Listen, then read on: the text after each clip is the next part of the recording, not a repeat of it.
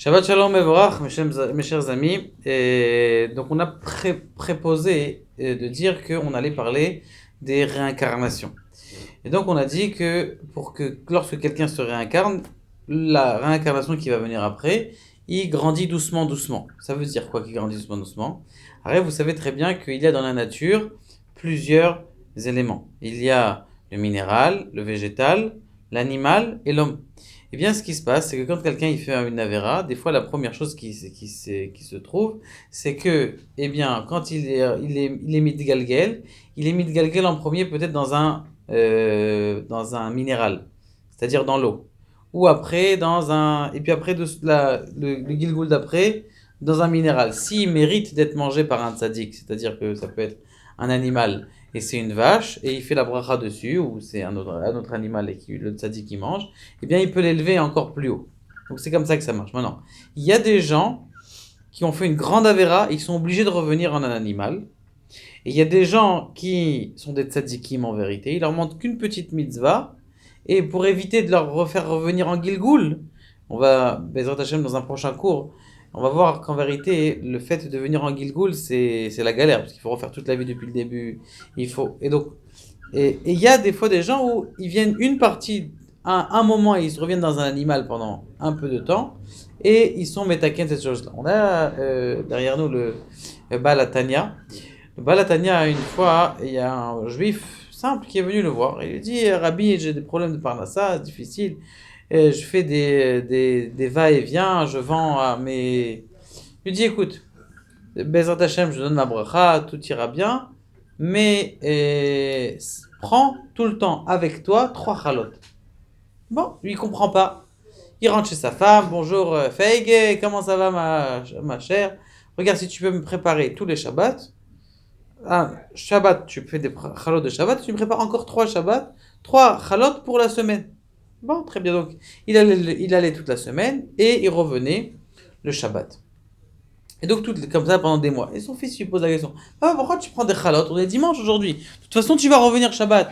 Il lui dit, le rabbi, il a dit, on fait ce que mon rabbi dit, je fais. Et donc, c'est ce qui s'est passé. Cette chose s'est perpétuée des mois et des mois, où il prenait toujours, le dimanche, quand il allait travailler, il allait sortir et il prenait 3 chalotes pour le Shabbat. Bon, un jour arrive et il est jeudi, il commence à rentrer chez lui. Mais il était dans la forêt. Maintenant, dans la forêt, c'est pas comme il y a 300 ans, il n'y avait pas il n'y avait pas d'indication. Et donc, il est dans la forêt, il avance, il voit pas la forêt finir.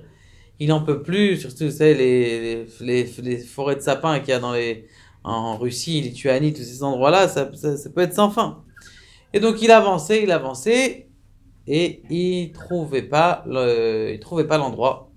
Il trouvait pas. Jusqu'à ce qu'il a prié à Kadosh Baruch Hu, aide-moi, bientôt Shabbat va arriver, et je vais pas pouvoir au moins sortir de la forêt, je dois passer Shabbat dans la forêt, au moins que je mange chez quelqu'un, même si c'est un goy que je mange. Il arrive, Baruch Hashem, il trouve un endroit où c'est un petit village. Il arrive dans ce village. Il rentre dans ce village, et c'est vraiment l'entrée de Shabbat comme ça. S'il te plaît, est-ce que tu auras une chambre pour moi? Je te paye, tout ça.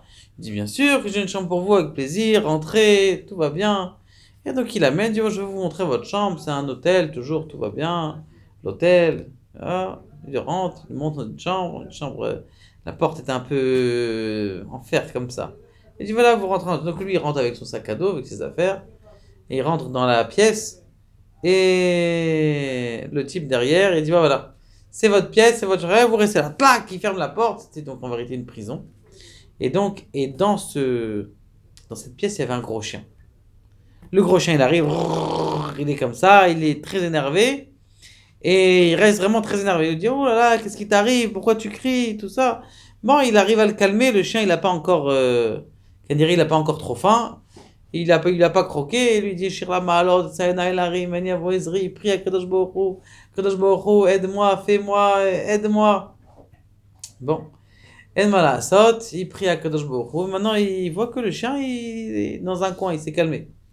Ce qu'il fait, c'est qu'il se met à faire le kiddush. Il prend rien du tout, il prend ses chalotes, donc il est le Baal Shem Tov, il lui a dit, le Baal Atania, il lui a dit prendre des chalot.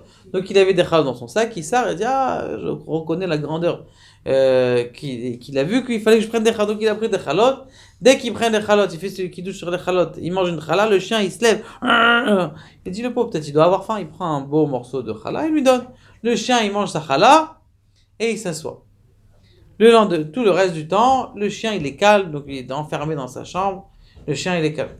Bref, le lendemain matin, il fait cette fila, bien sûr, Bekavana, il sait pas ce qui va lui arriver de lui. Le lendemain matin, il se relève, il fait sa tefila Bekavana et il fait kidouche. Puis le moment où il fait kidouche, le chien, il se réveille, il dit peut-être que tu veux un morceau de chala. Il lui a fait la chala, il lui a donné, il a mangé, il s'est calmé. Là, le Saouda Shlichit aussi la même chose, il a fait sur son pain, le chien il s'est réveillé, il lui a donné un peu. Maintenant, arrivé 24 heures, l'aubergiste, aubergiste tueur, il lui dit bon alors on va voir qu'est-ce qui reste de toi, de tes biens et tout ça, viens on va voir le chien, est-ce qu'il t'a tué. Ce qui s'est passé c'est que il ouvre la porte et il voit que le chien il est là.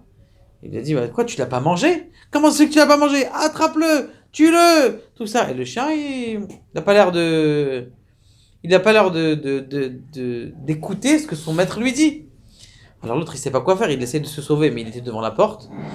Puisque du coup, maintenant, il était amadoué avec le chien, puisqu'il a donné à manger, il lui a dit attaque-le. Et donc du coup, qui est-ce qui a attaqué? C'est le chien qui a commencé à attaquer son propriétaire. Il lui mange dessus, lui, il prend ses affaires vite, il se sauve et il peut se sauver, et il s'en va. Donc l'autre, il est en train de se faire attaquer, et il s'en va. Maintenant, lorsqu'il s'en va, le chien, il le rattrape à lui. Donc maintenant, il savait qu'il voulait rien lui faire, mais il lui tire son mail, il lui tire son manteau, il dit viens par là, viens par là. Donc le chien, il le tire, il l'amène vers la forêt.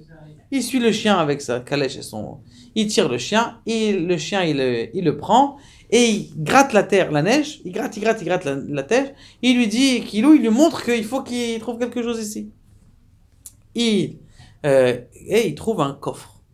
Sous la neige, sous la terre, il y avait un coffre. Kaniré, c'était le coffre du maître que toutes les personnes qui venaient chez lui, il les tuait, il leur prenait leur argent.